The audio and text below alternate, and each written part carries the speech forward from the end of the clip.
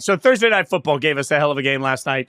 For once, the Chargers they win 34-27. Means they have the tiebreaker over Denver based on head-to-head win percentage. I'm a little surprised. 34-27, and I thought this in the first half. It felt like there was an explosion of points. These two teams were supposed to be defined by their defenses, and they weren't last night, right? Like this was a pretty explosive offensive game considering what I expected coming into it.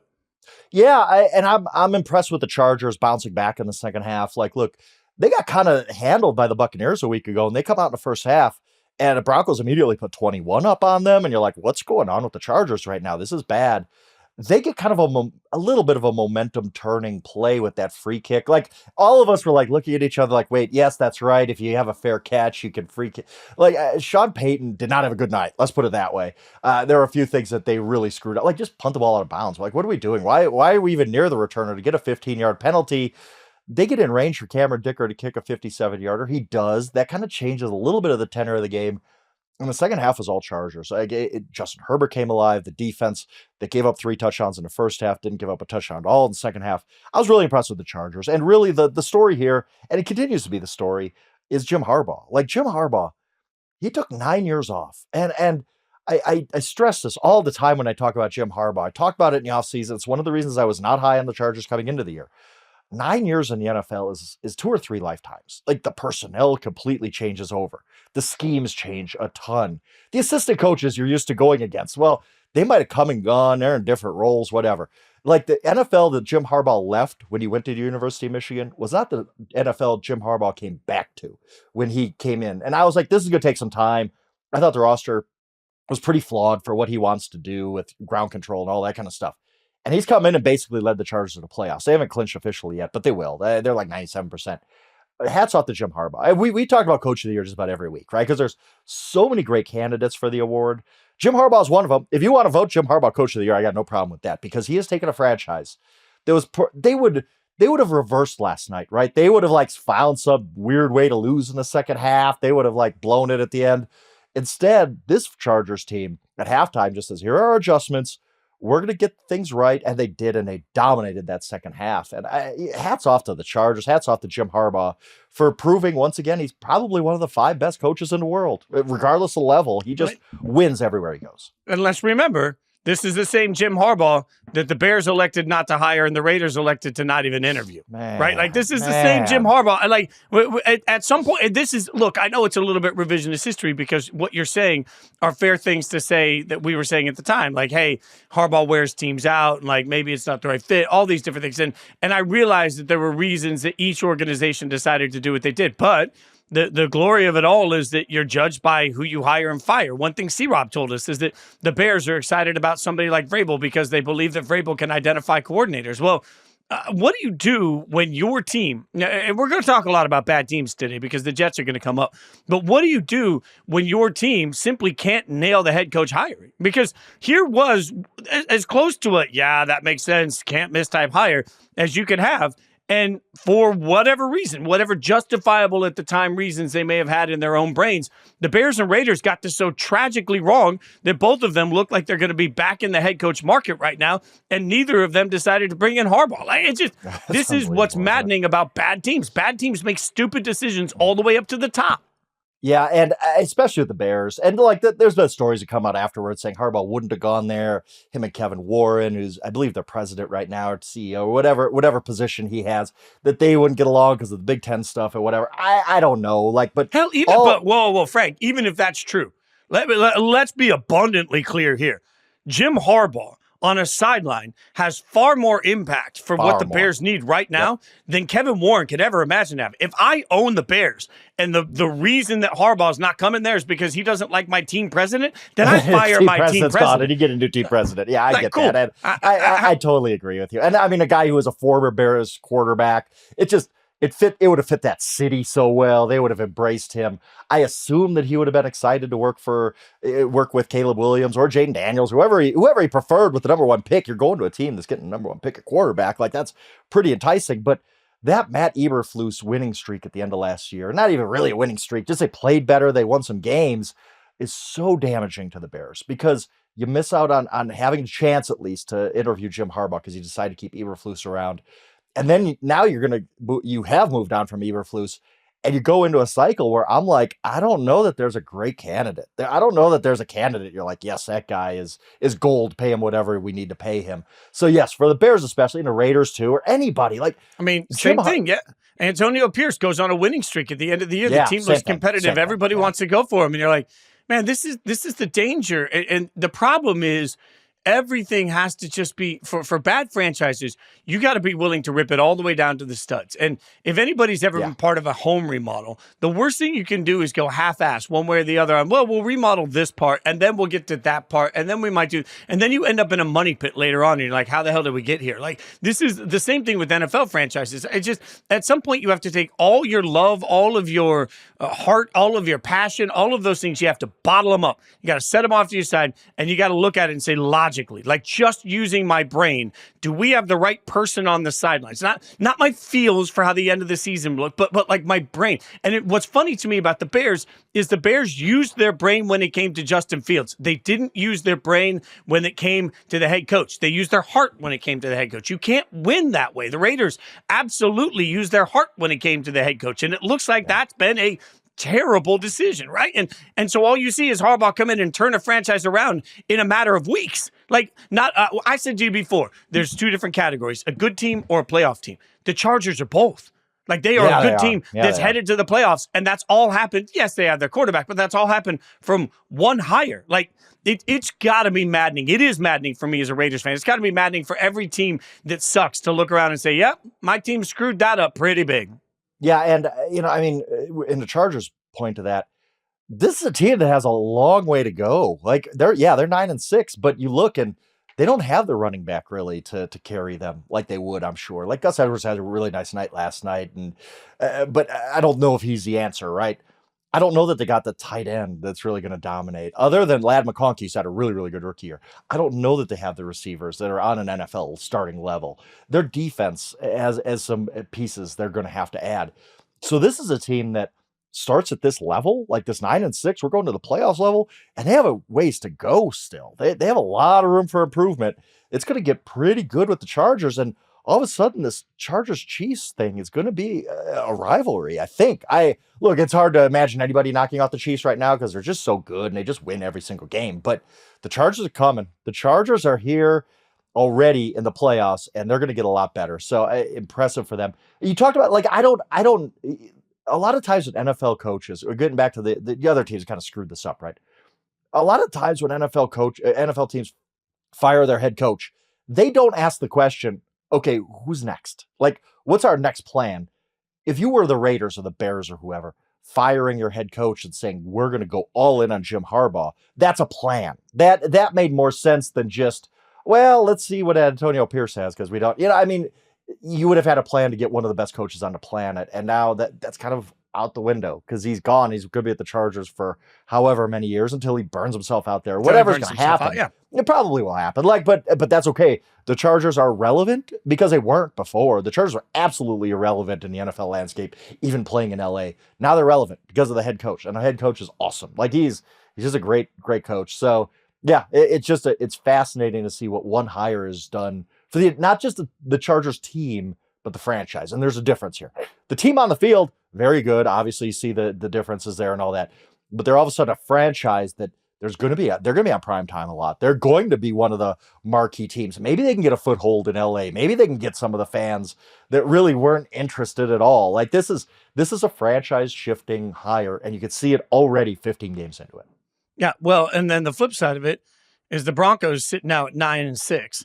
And the Broncos have the Bengals coming up, who have been a disaster this year, and the Chiefs. So obviously that Chiefs game is looming. If you are the Broncos, though, you're still way ahead of schedule too. Like, both of these teams, and maybe this is sort of the great awakening of the theme of this moment, and maybe the theme of this show is, like, we sit here and we obsess over quarterback, because quarterbacks can win you games you shouldn't win. But aren't we actually seeing living, breathing, eating proof right now in the NFL that having a coach that matters is every bit as important? Like, you want to talk about get ahead of schedule. Yeah, part of it's have your quarterback, but also part of it is have the right head coach. And that right head coach can put you way ahead of schedule, even if the quarterback isn't who the quarterback needs to be. Like Bo Nix has actually had a much better rookie year than I expected him to have. But look across the board, and we're seeing teams that are outperforming the expectations of the young quarterbacks in large part because they have the right coaches in place. I think we need to start obsessing over coaching hiring the same way we obsess over quarterback selection in the draft. And we need to start demanding that same level of execution from team owners that we demand from team GMs when it comes to draft day. Because if you get the coach wrong, everybody's screwed. Yeah, you can't function with a bad coach. Like, it just doesn't happen. And you look back at the Broncos, who had a really, really sloppy process as far as hiring goes, but they just decided, you know what, screw it. Let's go get Sean Payton. Let's trade the pick. I think it was a third. It might have been a second. It doesn't matter. Like, whoever they were going to draft at that spot is not as valuable as Sean Payton. I can guarantee that. Like, Sean Payton is a heck of a coach. He's getting the most out of Bo Nix. Like, this roster is still flawed. Like, there's a lot of flaws on this roster. They're much better than I thought they would be. Bo Nix is better than I thought he'd be as a rookie. But this team, Sean Payton's a great coach. Now, he did not have a good night last night. Like, the whole end of first half debacle was not good. Yeah, the free kick was a coaching masterpiece. Having the situational understanding to know that because you call for the fair catch, you could attempt the free, everything that went into that moment. That was situational masterpiece. Yes, it was. And Payton got his ass kicked. Yeah, and Payton was like, we practiced against that. Yeah, okay, whatever. I don't care. You still screwed up the whole management at the end of the first half. And then the punts in the fourth quarter. They had one punt on 4th and 8 from midfield with about 9 minutes to go where I was like, even though the bots, the analytics say they should have gone for it. Okay, I could get that. They come back and they have 4th and 5 at the 50, a little bit short of the 50-yard line with about 4.5 minutes to go, down 3. And they punted. And it's like, Sean, it's 2024, dude. You need to know that you can't punt right there. That's ridiculous. That was a ridiculous punt. So Sean Payton didn't have his best night. I thought they got outcoached in the second half. I thought the Chargers' adjustments kind of shut down the Broncos. And offensively, they started getting at that Broncos defense, which has been really good. But that's fine. Like, Sean Payton has had a great season. They're going places too. The AFC West, I'm sorry, Fitz, for you as a Raiders fan, it's going to be really tough the next few years because of all the coaches. You got Reed, Payton, and Harbaugh. Are you kidding me? Like, that's impressive. And I will say this, like everybody knows, I'm based in Colorado, I live here.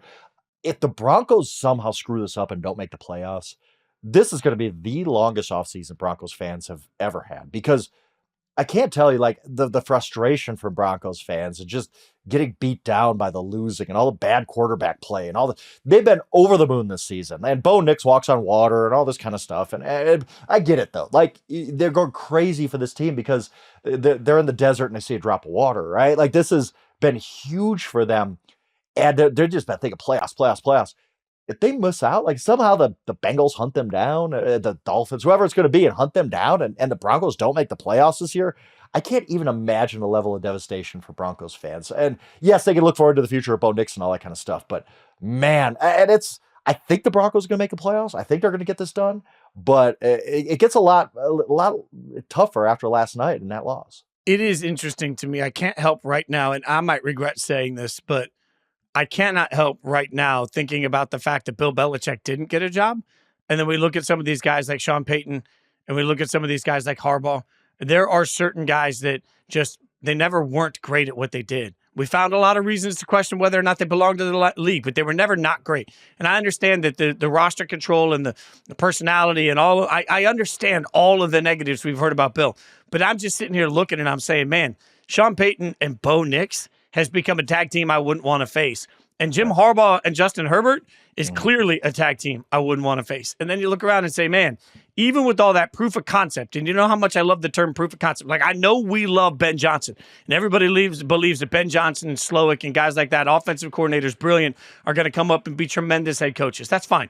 But we right now have 2 examples in the AFC of teams that are far exceeding every expectation because the team didn't do anything complicated when they hired. They looked around and they said, you know what? That coach has had a ton of success. We're going to hire a coach that's had a ton of success.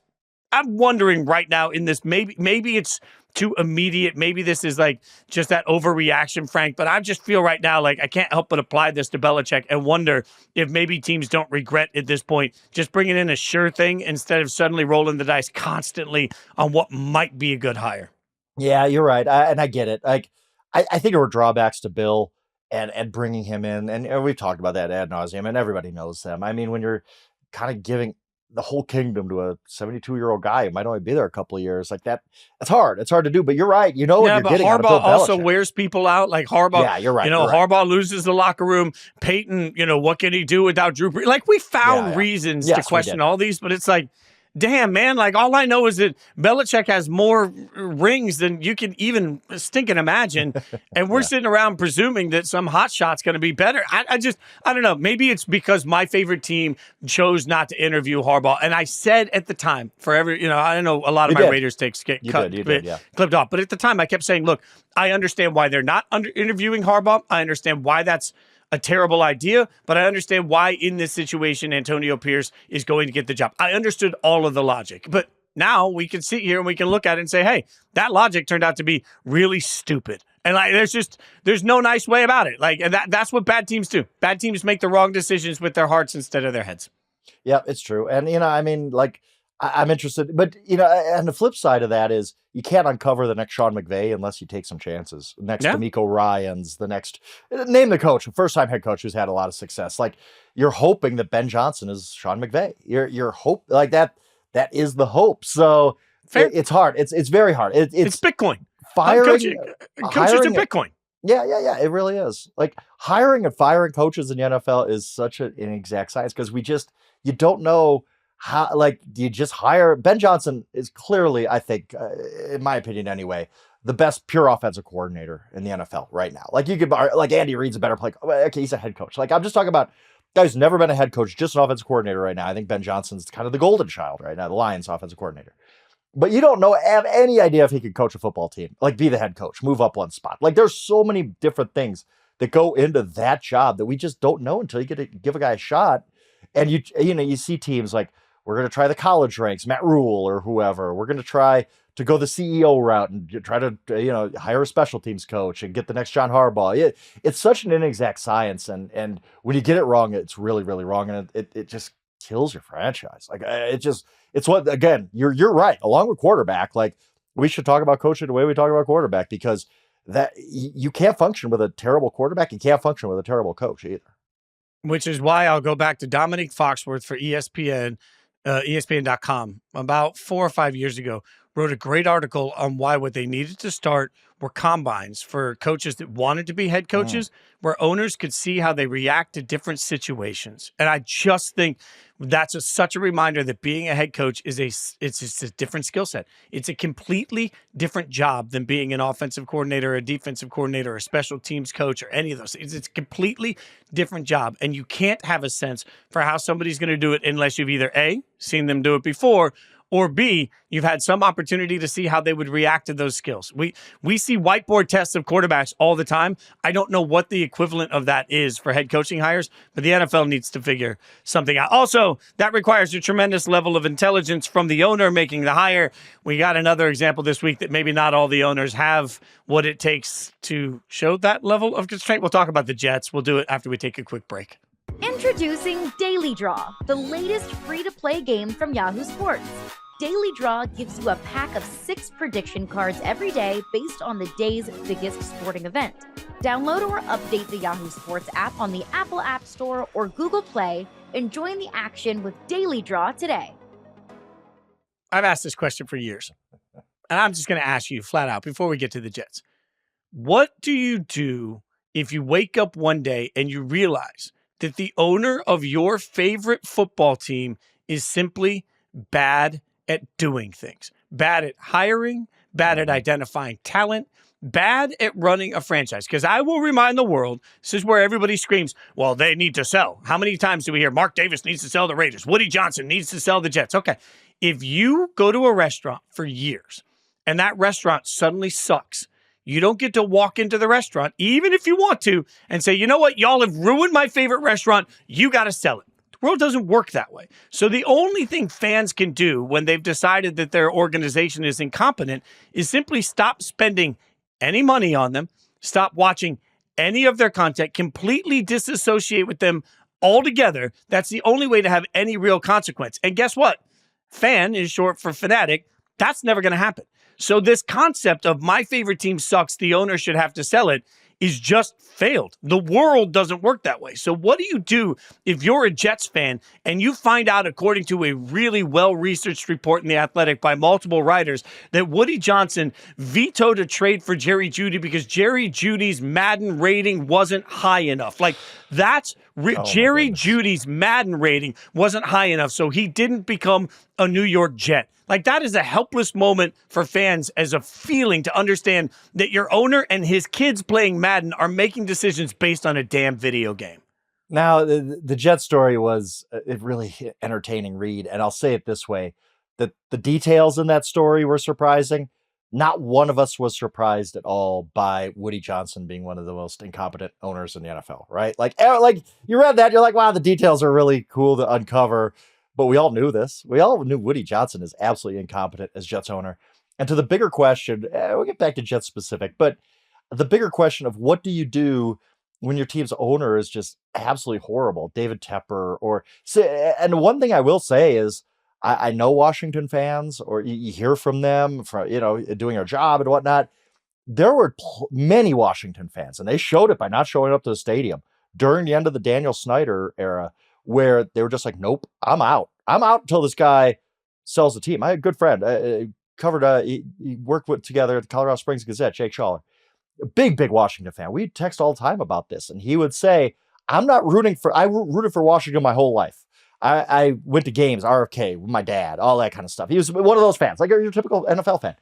And at some point he said, I'm not rooting for this team until Daniel Snyder sells. And I couldn't do it. Like, I root for bad football, or I root for bad sports teams. I come from Milwaukee, the Bucks, NBA Cup champions, by the way.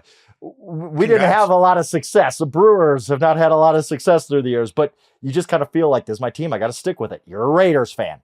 You just don't give that up. But they got so fed up in Washington that they were like, nope, we're done with this guy. He's an embarrassment to us on and off the field. Until he sells, I am not rooting for Washington anymore. And you don't see that very often. Usually it's just like what you see with Jets fans.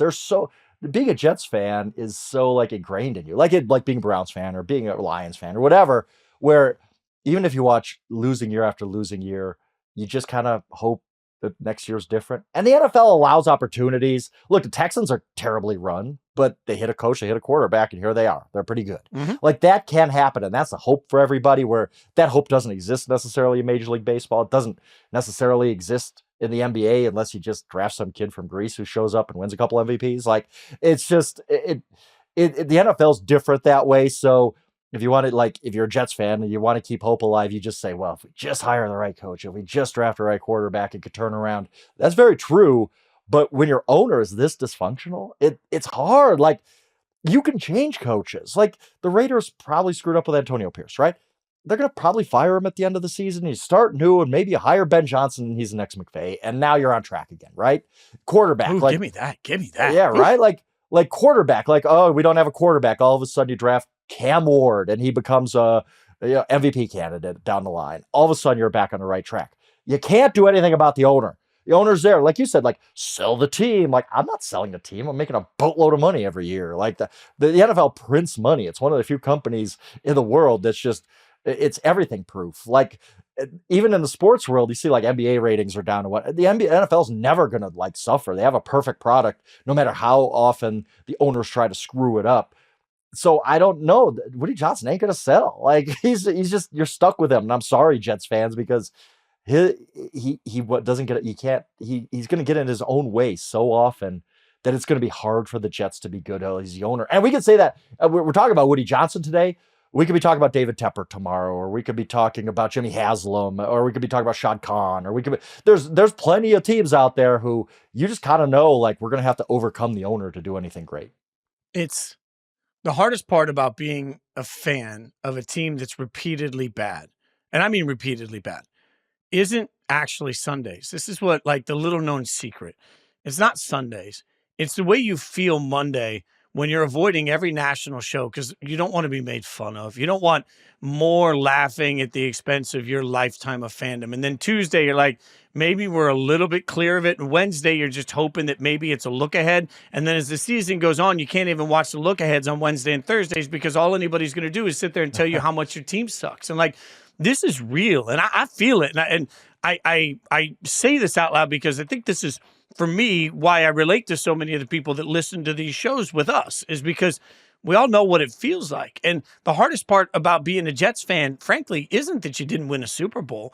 It's that every single day, every single moment you turn on the TV, whether it's Aaron Rodgers talking or people talking about Aaron Rodgers or people talking about Woody Johnson, like the embarrassment never ends. And the suffocating part about your team sucking, you mentioned all of these owners that are bad at their jobs. It's that if you're a Jags fan, you know that Shad Khan is bad at his job. You know that Shad Khan is not doing hired anything Urban Meyer, for God's sake. Come on. I mean, like, and so at every turn, you sit there and say, I don't know what's worse, that Sundays for 3 hours suck, or that the other 6.5 days of the week, I have to avoid all of the shows I love because all I'm going to do is get more mockery for the thing that I watch every week that sucks. It's just defeating at some point. And I get it. That's why fans scream, sell the team. But the problem is, to your point, Frank, that's just not the way life works. These guys are making so much money, they don't have to do it. And you can't force them to do it. Like, the league's also not going to push an owner out for being bad. Like, right. You'd have to do a Jerry Richardson or Daniel. Yeah, it took a lot for Daniel Snyder to get out of there. It wasn't just because the record took congressional interaction. Like, Congress got involved with what a horrible human being he is. And finally, the league was like, yes, we'll figure. So let me ask you something, Fitz, because I think you relate very well to this topic. Have you ever thought about not being a Raiders fan? Like, is it ever like really every day. like quitting, like retiring? I'm gonna go root for the Chargers or whatever, like jumping out, or just not rooting for it. Like, go through it because as bad as like the Brewers. Okay, the Brewers have not been to the World Series since I was 6 years old, right? And they're pretty much an irrelevant franchise. I get that. And Devin Williams gives up the home run to Pete Alonso in the playoffs and all that. But I'm just kind of like, every time they stink, and they've stunk my whole life, and they've never made a World Series, basically, I always think like, well, this is what I was born into. This is what I got to do. I've never thought like I'm going to become a Colorado Rockies fan. That's a different bag of worms that I don't want to get into anyway. But I've never thought like I could quit this. Like, it's a birthright, right? And you've been a Raiders fan since you're a little kid. You like what? Like, really? Like, I'm actually like, I feel like I'm a fan of the Milwaukee Brewers for life. And if they ever do something special, I'll really enjoy it more because I've suffered so much. You with the Las Vegas Raiders, like, you've thought about just giving it up and saying, I'm going somewhere else. Frank, all right. So I was born in 1977, right? So I was born in 1977. My dad's a big Raiders fan. For anyone that's never consumed my work anywhere, you know, I was a classical violinist when I was a kid. Sundays, my dad's rule was he didn't want to listen to a cat die during the Raiders game. So he would go get a dozen donuts. You could play the autumn wind though, right? Like, you can, now I can. But back then, no practice on Sunday. So by the time I was 8, I practiced 8 hours a day. It was a full-time job for me. Being a violinist was my life for most of my childhood. But Sundays were sacred, not because we're a religious family, but because we're a Raiders family. So I just want to go back to like when I was 10 years old, because I think 10 is probably a good time for memory's sake, right? So since I was 10 years old, and remember, we got 3 years of Gruden, 2000 through 2002, that were very good, right? So we have 3 years of Gruden that were very good. Since I was 10 years old, I've seen a total in the other 37 years of my life, I've seen 7 winning seasons. Wow. Yeah. 7. And I'm not counting 8 and 8. Brewers, I'm not counting 8 and 8. So no, 500 seasons don't count. I've seen 7 winning seasons in my entire life that I can genuinely remember. And I'm almost 50. Like, there is a point where you turn around and you're like, Jesus, like, for what? And here's the reason that I love what I do. And I think part of, like, when you first start in this business, you know, you think about what your voice is going to be. And I always said I wanted to be the voice of the fan. I wanted to, whether I was at ESPN, now at Yahoo, I wanted to really be the voice of everybody that has gone through what I've gone through as a fan. And for me, when I think about that, I think about the fact that I was standing up in my living room, yelling at my TV at the end of a Raiders-Chiefs game that had absolutely no meaning. If I could turn off the valve in my life that makes me a Raiders fan, I'd have done it years ago, because it's not worth it. Like, right. It's not worth the days and like the months of having to apologize. Like, hey, dude, I was at the gym wearing a Raiders shirt, as I always am in my life, every single day. I feel like wearing a Raiders shirt, and somebody in the other, as he's walking by, is like, "Man, tough season." And I just looked at him, I'm like, aren't they all? Like, what's it feel like to walk through the gym and have, like, I would be a Chiefs fan for a week. Yeah, right, you walk through the gym, you're high-fiving, you're like, we got it, man, Super Bowl, everybody's doubting us. Like, what does that feel like? I think the hardest part of being a fan of a team that is so drastically bad so often is that you're embarrassed, like I said, 6.5 days a week. You live the 3 hours of time usually on your own. Like, so, okay. And then you get to the off season and you want to believe, but you also, like, at the same time, You've been all beat you get down is so often. It's just like, I feel that. Like, again, I'm not an NFL fan anymore because I just can't turn it off. Like, I'd be sitting here like, if I was still a Packers fan, I'd be like, Jordan Love is the greatest quarterback in the world. Because I know I get crazy. Like, that's why we deal with crazy fans. Power rankings we talk about every Wednesday. Like, I used to. I relate. Right? I would have like, mother effed you. I would have mother effed you. Like during the Gruden years, I was that guy that looked at power rankings. I'm like, number 3. How are we number 3? Yep. Like, yep, have they not seen this offense? How are we number 3? Oh, I was that guy. And I get it because, again, I root for the University of Wisconsin, Bucks, Brewers, whatever. And you just, if you deal with a bad team, you're so like, you don't want to wear your stuff. Like, you're like, oh, okay, I'll wear it. And then people are like, wow, that's a tough life. Like, and it's different for the NFL. The NFL, everybody's an NFL fan. Like, so everybody knows, I could wear Brewers stuff and nobody cares. People don't even recognize the logo sometimes. But it's different for the NFL. So it's almost part of your identity. Now, I will say, like, and we know this, and I hope that people relate to this, because if you're a fan of a bad team, you being a Raiders fan, whoever being a Jets fan or whatever, the 2021 Bucs season is why you do this. This is why you suffer through it. I flew out to Milwaukee for Game 4 of the finals. It was one of the greatest days of my life, and I can say that honestly. As a 48-year-old man with a child who I'm very proud of, and all this kind of stuff. Yes, a sports team brought one of the greatest days of my life. Giannis blocked the shot, and everybody's chanting Bucks in 6 by the end, and the feeling of euphoria when they won the title a few days later, Game 6 when Giannis dropped 50, is that I had the thought in my head of, this is why I root for these teams. Like, sports is way too big of a part of my life. I've made it my career, right? Like, I am too big of a sports fan, and I understand that. But sitting there, I was at a bar in New Jersey. And I could go on that story for a long time, exactly where I was that night when they won the title. I did have the thought, like, this is why I suffered through the Jabari Parker injuries or the Brewers stuff where they lost 14 straight years, didn't even have a 500 record. Like, this is why, for a night like this. And so, when you're a fan of the Jets, who are just totally mismanaged, right? Like, they haven't been to the playoffs in 14 years. I know a ton of Broncos fans, obviously, who they haven't experienced anything good since Peyton Manning. Like, you keep rooting because you hope it's going to pay off one day. And it might not, but when it does, it's one of those times you'll remember the rest of your life. So that's why we do it. 100%. And look, nothing's going to change the fact that I live, eat, and breathe Raiders. It's just part of my identity. I've made the joke a million times, but in my 6th grade yearbook, I remember that one of the teachers wrote, "Go Raiders," because I wore Raiders stuff to school every day, all the way back then. Like, it's just part of who I am. At some point, I hope it pays off. But like, when I watched the Cubs win the World Series and we saw all the people that, were old and sitting back and saying, I've been waiting my whole life for this, it hit me. Like, that there's so many of us. And I think that's why I get, testy when we sit here and talk about, oh, the Cowboys haven't won a Super Bowl. I'm like, okay. Last time I checked, the Raiders haven't won a Super Bowl in my lifetime, but we don't sit here and lament that every single week. Like, we don't sit here and say, but how have the Raiders not won a Super Bowl? Like, I think it's such an interesting part. Like, Woody Johnson, I honestly believe, is doing what he thinks is best, because most billionaires don't get to be billionaires by accident. At some point they were very good at something, and it's hard to ask somebody to swallow their pride and figure out how to run a team. I look at the Knicks as a constant example. People have absolutely trashed James Dolan year in and year out. But I also look at the work he's done. Like, at one point, he hired Phil Jackson and was like, I'll let Phil Jackson run everything. Like, he's tried. I look at Mark Davis, and Nick, look, it's easy to sit here and trash the incompetence of the Raiders. I don't think Mark Davis is not trying.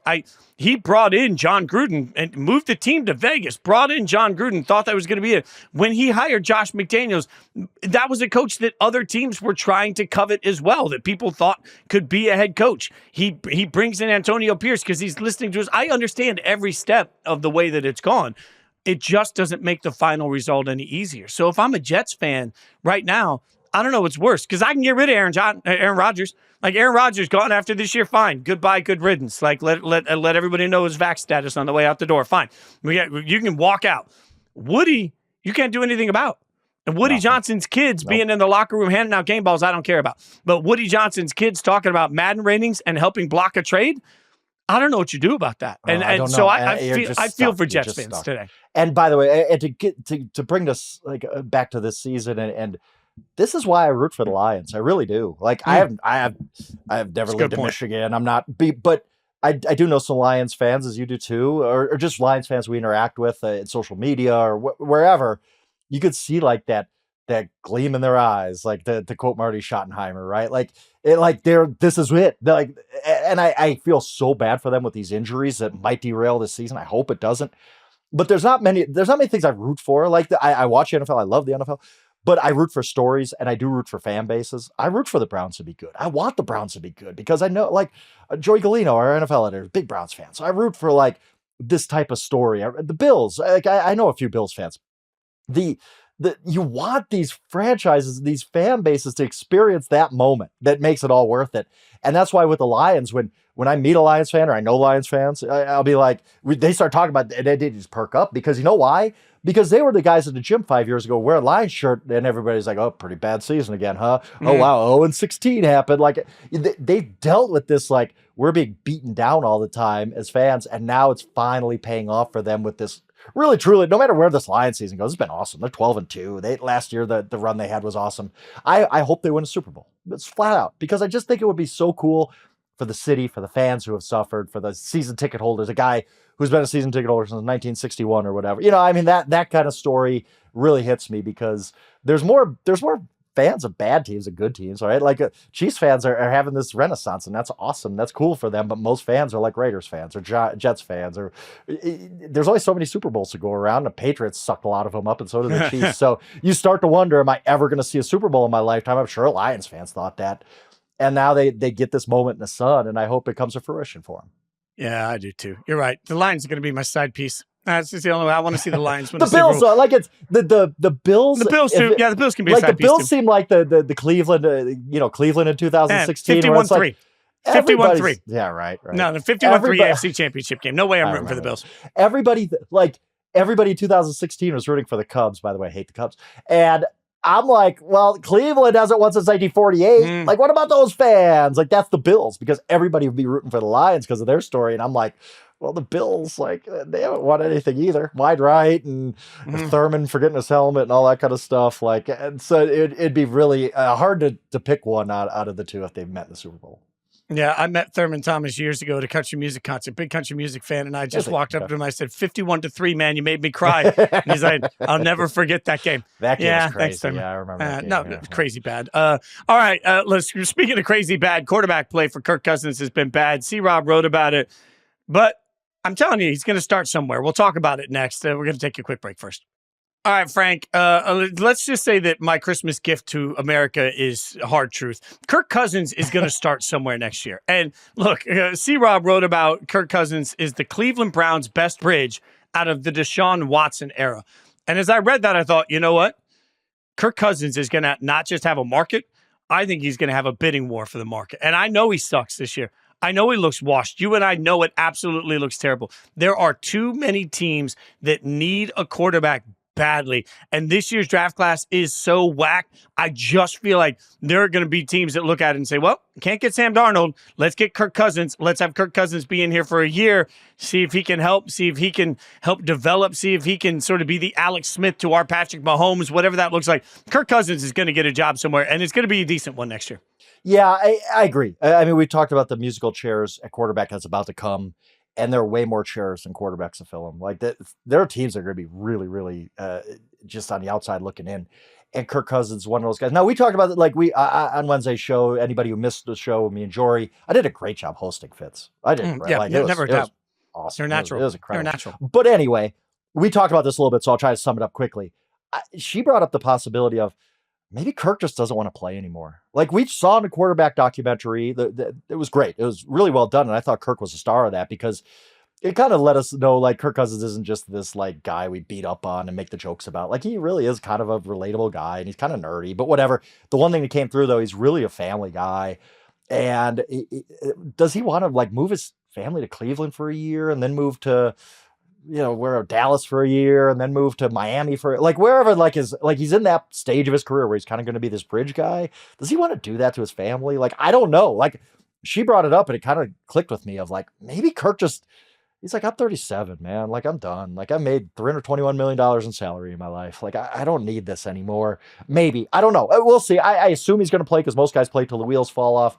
And yes, he's going to be a starter somewhere next year. I think Daniel Jones has a chance to be a starter next year just because there's so few quarterbacks to go around this offseason where it's like, this draft class doesn't have many plug and play guys. Like people are going to plug and play Shedeur Sanders. It's going to be a mistake. It's even a bigger mistake with Cam Ward, I think. Like, I don't think these guys are ready to be week 1 starters, but you got to be because we got no options here. So yes, and specific to Cleveland, I don't know how they really justify this with Deshaun Watson making so much money, but they gotta do something else. I see these things that are like, well, we're just going to try again with Deshaun Watson, and maybe it works better with this situation with Dorsey, blah, blah, blah. And it's like, it's done. Don't do this anymore. I get that you're on the hook for him, but we've seen Deshaun Watson enough the past few years to know he just ain't it anymore. And he ain't going to get better coming off Achilles surgery. So is Kirk Cousins a way out for them? Yeah, maybe. Like Kirk, as bad as he's been this year, maybe another year removed from Achilles surgery. He was playing really, really good ball in 2023 before he got hurt. He had flashes this year, the 500-yard game against the Bucs and whatnot. Somebody's going to talk themselves into Kirk Cousins. It might be the Browns. It might be somebody else. But yeah, if he wants to play, he'll probably be a starting quarterback week 1 next year. Yeah, I love the point that he may not want to play, especially because we have to understand that guys like Kirk have a huge TV market right out of the gate. So, we start for so long. It was once you're done, what do you do? And now for a lot of these quarterbacks, there are so many opportunities to create content around the game and make millions of dollars doing it for them. Certainly Kirk will have a market if he wants to go into TV. Also, I do think that there are certain players in the league, we have to understand how important their faith is and that ministry is something that, also calls them. So I think when you've got the generational wealth he has and, he may decide that this is the launching spot for that. Same conversation we've had about Derek Carr in the past too. So look, if you're the Browns, to be quite honest, I'll take any bridge. I will take. That's fair. I'll take Daniel Jones tomorrow over Deshaun Watson. I'd take Gardner Minshew over Deshaun Watson at this point. Yep. He's washed, and you got to get him out of the building. There's nothing left for you with Deshaun Watson. You have got to cut ties, and I don't care if it means you have no quarterback next year. Go Wildcat for all I care. At some point, you've got to cut ties, and that is this point. And also, we've sat here on this show and had really smart conversations about the advantage that certain coaches give you from their ability to develop, right? Like you've talked about why you believe almost any quarterback can be successful for the 49ers because of Kyle Shanahan. We've talked about, the fact that Minnesota has sort of a quarterback whisperer in O'Connell as their head coach. Stefanski is supposed to be in that same category. Like he's supposed to be one of those guys that can get the most he can get the most juice out of the squeeze, right? So in my mind, all right, test that theory. You've got a coach that you believe in. Bring in a quarterback that's okay and see if that coach can get pretty good out of him because we've seen that happen enough around the league. I think that's an okay expectation to have on Stefanski and the Browns. So I don't care who you bring in. I genuinely don't care who the quarterback is in Cleveland next year. There isn't a quarterback in the league that I would not take over Deshaun Watson for the Browns next year. Yeah, I mean, when he the Office Space gif, Michael Bolton, sounds like somebody's got a case of the Mondays and he turns around and his face just drops. That would be the entire Cleveland Browns locker room if they look and see Deshaun Watson trotting in to be QB1 again. Like, I can't imagine, like, those guys have not ripped him publicly. I can't imagine those guys are on his side anymore. And not even for the off-field stuff, I guess, but just because on field, they know. NFL guys are smart, man. They know if you can play or you can't play. They figure that out real quick. They got to see the same thing we do, right? Like Deshaun Watson can't play anymore. And bringing him back, I think just would be toxic. I think it'd be toxic to everything. Just like, oh, we're starting a season. We already know we're defeated. And you just would feel that. Like, right? Like, I just don't think there's any juice to squeeze there anymore. It's done. Like at some point you just have to move on to anything. Like you said, like Gardner Minshew. Okay, let's try something. Just to give something different that we know might work because the option Deshaun Watson ain't working. So yeah, well, I do trust Stefanski. I think he's a good coach. I think you could bring in somebody who can maybe not be Bo Nix 2.0 to Sean Payton, but maybe be his Bo Nix, right? Like a guy who not necessarily is the most coveted prospect in the world, but put him with Kevin Stefanski, maybe they can make things work together. So yeah, I just think that whether it's Kirk, whether it's a guy you draft, whether it's another free agent, whether it's a guy you trade for, they got to do something else, man. They can't run it back. It just would be so, you'd be defeated before week 1 even kicks off. Well, and then you start talking about the Kirk angle of this. And again, the Raiders, the Giants, the Browns, the Jets, the Titans, that's 5 off the top of my head of teams that are going to have to figure out a different quarterback. And even if it comes in the draft, even if the Raiders and Giants address it in the draft, I'm with you. I don't think that we can look at Shedeur or Cam and say day 1 starter makes the most sense for them. So now you've got at least 5 teams just off the top of our heads that are going to be looking for quarterbacks that don't have any real answer, that needs some sort of a bridge person to be there. That screams Kirk Cousins to me. And there's worse bridges. Like, Kirk isn't playing well right now. And I don't think that's not a hot take. That's not a secret. Kirk is playing really poorly right now. But that doesn't mean that Kirk would be poor in every situation. It also, I think and what did I say? For 6 months with you, I don't trust a 4,000-year-old quarterback coming off an Achilles injury. I still don't, right? So I think we got to understand that it takes time to come off of that injury. So I'm not expecting Kirk Cousins to go to a playoff team and suddenly win a Super Bowl, but Kirk Cousins can go and at least hold down the fort while the quarterback is developed, or while you try and figure out what your quarterback future looks like. And I think that's an acceptable answer. Yeah, I do. And it'll be interesting. It just the whole dynamic. But you also you have Matt Ryan vibes here, where you're just like, you kind of know that this like once the milk goes bad, it usually doesn't turn good, as our colleague Scott Pianowski likes to say. I think he uses cheese. Once the cheese goes bad, it doesn't turn good. Whatever. You understand what I mean. Milk is a better now. Like, milk has a little bit more of a stomach curdling of yeah. So yeah, I mean, I hope Kirk's in the league next year. I think he's an entertaining guy. He's a guy we like talking about. But you do watch him play this year, and you watch a film, and you'd really have to talk yourself into, okay, we think this guy could be what he was in 2023 before the injury. It's going to be very interesting because, again, if he wants to play, there's definitely going to be a market for his services. He's probably going to get another contract where we're all going, oh my God, Kirk did it again. He got another $40 million or whatever he's going to get. Yeah, no doubt about it. Yeah, and also, not for nothing, I mean, Russ was cooked. And that's true. I'm not saying Russ is great, but that's a great point. Russ, the wheels have not the wheels have come off, but a lot of the steam has come out because he hasn't had George Pickens the last couple weeks. They played some tough defenses, but Russ is one of those few guys who, everybody was just crushing Russell Wilson all off season. And it looked like he was washed and cooked and all this kind of stuff. And then he plays and you're like, Russ still has something left. And maybe that's Kirk. Maybe he has a similar type of renaissance in 2025. Yeah, I don't think that we'd be sitting here talking about a 10-4 Steelers team without Russ. I do think that it's a fair point here to say that even if Russ isn't who he used to be, you can get a great coach. Again, I'm going to come back to a coach you believe in can get a lot out of a quarterback in the right situation. What's all of it mean for Sam Darnold? I'm still squarely on the Vikings should franchise Sam Darnold and keep him in the building. I think that there's going to be a massive market for Darnold. Love it or hate it, Darnold's going to get big money on a 3-year deal in my mind. Yeah. Oh, why wouldn't you pay Sam Darnold right now? We just talked about all the teams need a quarterback. Talked all about the options that are there for them. Well, there's one guy, if he's available, who is going to finish 5th, 6th in the MVP voting. Why wouldn't you want to take a shot on a guy like that, who I believe is 28 years old, maybe 29? Still this isn't a guy who's going to hit a cliff. This is kind of the new Sam Darnold. He's 27. It's crazy. Yeah, he came out really, really young out of USC.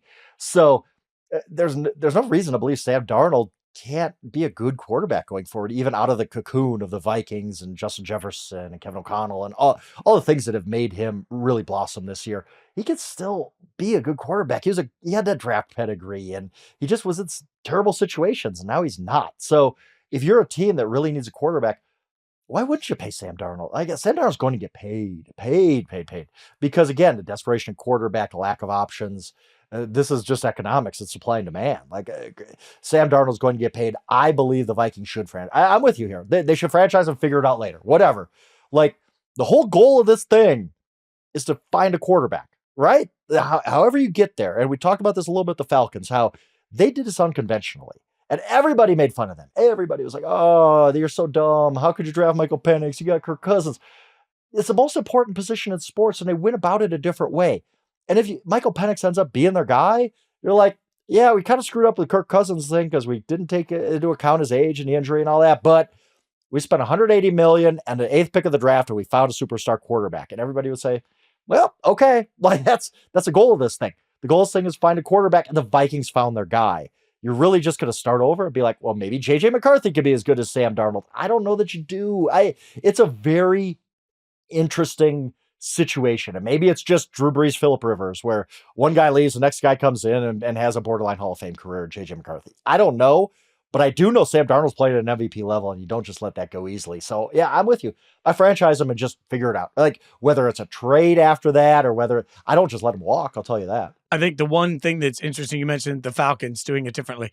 We do have to acknowledge that if the Falcons cut Kirk Cousins, which seems like it's likely to happen at this point, it's about a $40 million dead cap hit if they do it as a post-June 1st cut. So there is a financial ramification. I don't really care about owners' money. Like whatever money they spent on Kirk Cousins. Arthur Blank can afford it. Yeah. He'll sell me a couple more light bulbs at Home Depot, and he'll be fine. Every time we hear an analyst come in and say, well, look, if they blew $90 million on that, I do not give a damn if my favorite team's owner blows a half a billion dollars. I don't care. Like where they blow their actual cash on, that's up to them and their God. But what happens with the salary cap, that I care a little bit about. So there are some salary cap ramifications. Look, here's the real interesting. Can I throw a spicy one at you before we get out of here? I'm ready. Yeah, what you got?